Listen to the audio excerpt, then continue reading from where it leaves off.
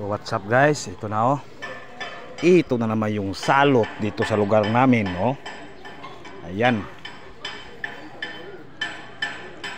na, hindi na talagang pigilan, lalaki ito bukas.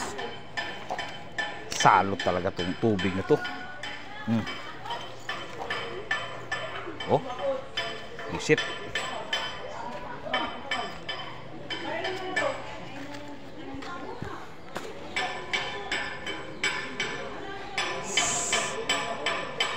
parating na naman ang salot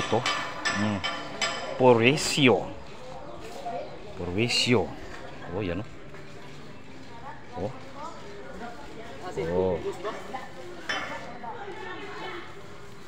umaabot na dito.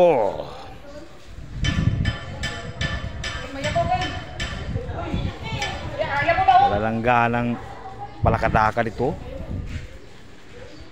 Yan yan. Isip talaga itong salot na to.